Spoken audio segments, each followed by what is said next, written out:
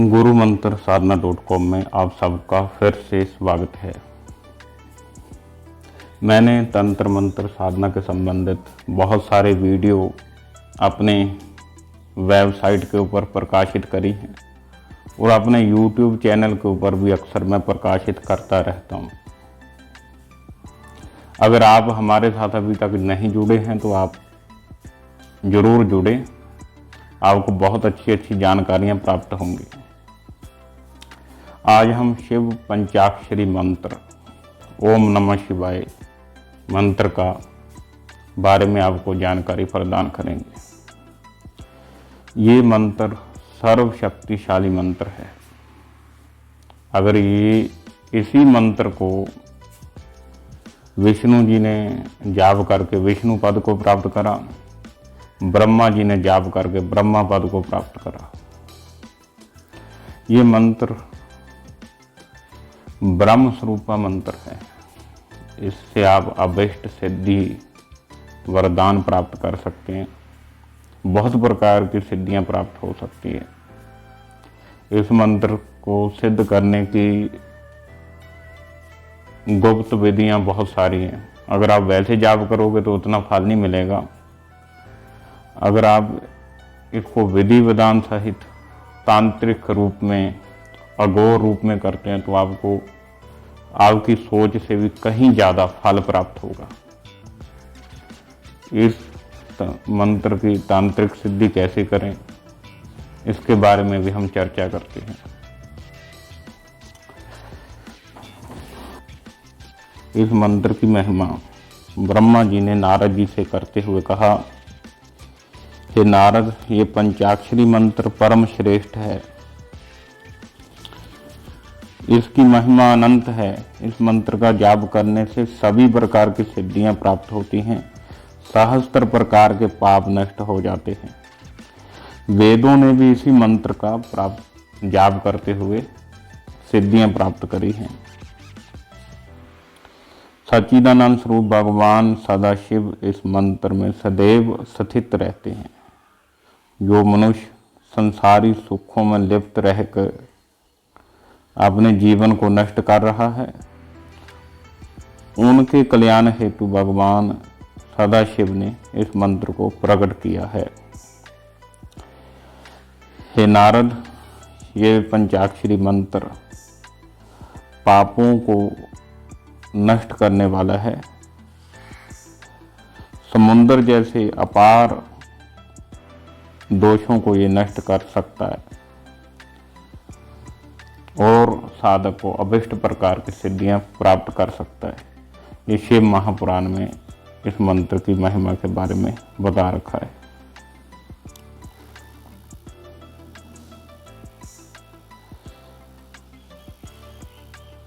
ये मंत्र बहुत ही ज़्यादा कल्याणकारी है और जो अत्यंत व्यक्ति पाप करता है अनंत प्रकार के, उन पापों को नष्ट करने वाला है। अगर आप इस मंत्र को सिद्ध कर लेते हैं तो आप 5 तत्वों के ऊपर हुकूमत कर सकते हैं। इस धरती को जीत सकते हैं। इस धरती क्या, आकाश पाताल सबको आप जीत सकते हैं। इसी मंत्र से ही रावण को अपार शक्ति की प्राप्ति हुई थी। अगर आप इस मंत्र को सिद्ध करते हैं तो बहुत टाइम लगेगा। अगर आप इसकी तांत्रिक प्रक्रिया से इसको सिद्ध करते हैं तो बहुत कम समय में ये सिद्ध हो सकता है। इसकी महिमा आपने, जैसे मैंने अभी थोड़ी देर पहले आपको शिव महापुराण से इसके बारे में बताया था, ये मंत्र की पावर कितनी है। ये मंत्र आपको हर जगह आसानी से मिल जाएगा, पर मंत्र जानने से कभी सिद्धि प्राप्ति नहीं होती है। इसकी सिद्ध करने के लिए अलग विधियां होती हैं। विधि विधान मायने रखता है। अगर मान लीजिए आपके पास जलेबी बनाने का पूरा सामान पड़ा है, आपके पास सभी सामग्री पड़ी है, अगर आपको जलेबी बनाने की विधि पता ना हो तो आप फिर जलेबी कैसे बना सकते हैं। बिल्कुल उसी प्रकार जो भगवान सदाशिव जी का ये पंचाक्षरी मंत्र है, ओम नमः शिवाय,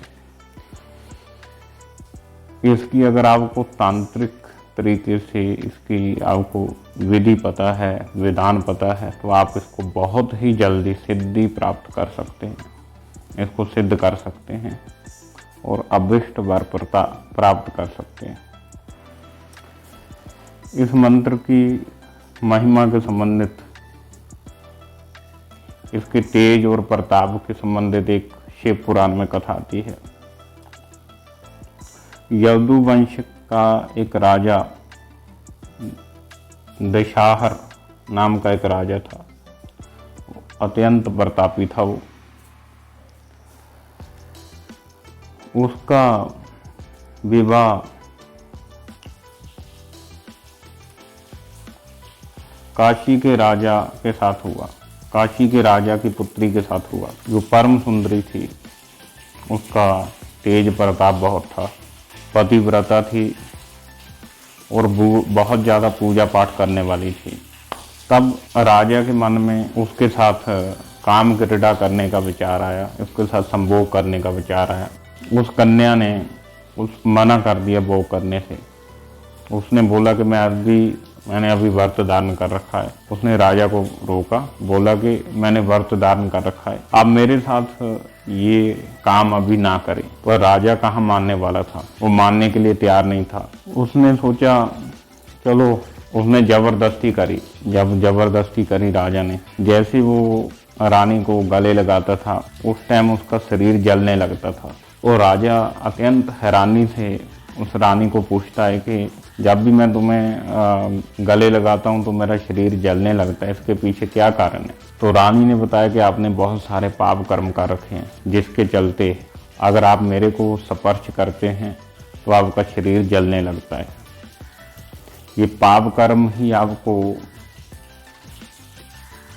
मेरे साथ स्पर्श नहीं करने दे रहे हैं। आप इन पाप कर्मों को खत्म करिए। और रानी ने बोला कि मैं निरंतर ओम नमः शिवाय मंत्र का जाप करती हूँ, पंचाक्षरी मंत्र का, इसलिए मेरे शरीर में इतना तेज है, इतनी ज़्यादा ऊर्जा आ चुकी है। जैसे भी आप मेरे के साथ संपर्क करते हैं तो आपका शरीर जलने लगता है। ओम नमः शिवाय मंत्र का ये प्रभाव है कि व्यक्ति निष्पाप हो जाता है। अब पाप कर्मी इसको स्पर्श करता है तो उसको झटका सा महसूस होता है। ऐसा ही हमारे गुरुदेव थे, उनके पास एक व्यक्ति आया मिलने के लिए, तो वो साधना कर रहे थे, तो उस व्यक्ति का हाथ का स्पर्श हुआ उनके साथ, उसको अजीब सा करंट लगा। अब उन्होंने पूछा कि मैं आपको स्पर्श करा तो मेरे को ऐसा लगा। वो बोले कि अब आपका जो ऊर्जा लेवल है, मेरा जो ऊर्जा लेवल है आपसे कहीं ज़्यादा है और आपने बहुत तरीके के पाप कर्म कर रखे हैं, जिसके कारण आप स्पर्श करते हैं तो आपको झटका लगता है। बहुत सारे लोगों को, जैसे आप उनकी गुरुदेव की माला अभी भी है मेरे पास, अगर उसको भी कोई हाथ लगाता है तो झटका एक बार जरूर महसूस होता है। तो गुरुदेव बहुत सारे साधुओं को सामग्री भेजा करते थे अक्सर, जिनके ऊपर भी कोई गलत चीज़ का प्रभाव होता था, उस माला के ऊपर जाप करके वो भेजते थे। जब भी कोई साधक उसको धारण करता था, जहाँ उसको जाप करता था, स्पर्श करता था, तो उसको झटका लगता था इस तरीके से। तो फिर आगे राजा ने बोला, अगर मेरे को निष्पाप होना है तो उसके लिए मेरे को क्या करना होगा? महारानी ने बोला कि आप ऐसा करिए, आप अपने जो कुल पुरोहित है गर्ग ऋषि, उनसे ओम नमः शिवाय मंत्र की दीक्षा लेकर इसका जाप करिए, साधना करिए, उससे आप निष्पाप हो जाओगे और आपका स्पर्श करने से आपको, मेरा स्पर्श करने से आपको कोई हानि नहीं होगी।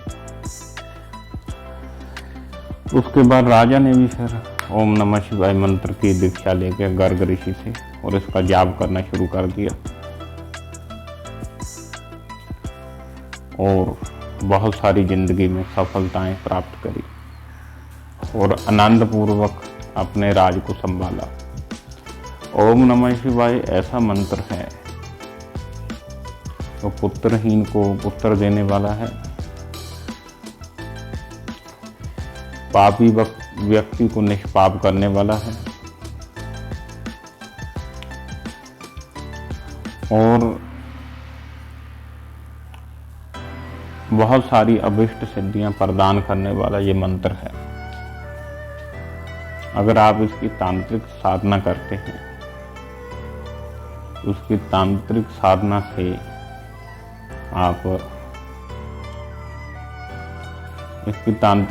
से आप बहुत कम समय में इसकी सिद्धियां प्राप्त कर सकते हैं। ये तांत्रिक साधना एक अघोरी से मेरे को प्राप्त हुई है और वो भगवान शिव का बहुत बड़ा साधक था, उससे ये प्राप्त हुई है। इसी साधना के चलते ही मैंने भगवान शिव के भी बहुत सारे साधकों ने दर्शन प्राप्त करे। इसी साधना के चलते ही बहुत सारे साधकों ने भगवान शिव के साक्षात दर्शन प्राप्त करे हैं। अगर आप इस साधना के संबंधित कुछ भी जानकारी चाहते हैं, मेरी वेबसाइट www.gurumantrasadhana.com पर आप जा सकते हैं। दूसरे नंबर पर कुछ साधनाएं वहां पर अभी तक प्रकाशित नहीं हुई हैं, भविष्य में जाके बहुत सारी साधनाएं और प्रकाशित होंगी, तो आप वहां जरूर जाके इस साधना को कुछ दिन बाद मैं प्रकाशित कर दूंगा, वहां से आप प्राप्त कर सकते हैं। बिना दीक्षा के साधना प्राप्ति नहीं हो सकती है और जो राजा था यदुवंश का, उसने भी दीक्षा प्राप्त करके ही साधना को करा। शिव महापुराण में जितने भी पुराण आप देखो, कोई भी मंत्र बिना दीक्षा के सिद्ध नहीं हो सकता। इसीलिए कोई भी साधना आप बिना दीक्षा के ना करें। स्वयं विश्वामित्र जी जो मंत्रों के रचयिता हैं, वशिष्ठ जी से दीक्षा लेकर साधना करते थे। भगवान राम परिपूर्ण विष्णु भगवान के अवतार थे, सर्व विद्याओं के ज्ञाता थे। वो भी वशिष्ठ जी से दीक्षा लेके ही साधना करते थे। तो दीक्षा अनिवार्य है। दीक्षा के बिना साधना में सिद्धि प्राप्त नहीं हो सकती। तो आप अच्छे गुरु से दीक्षा ग्रहण करके ही कोई भी साधना करें। आज के लिए बस इतना ही। जय श्री महाकाल। हर हर महादेव।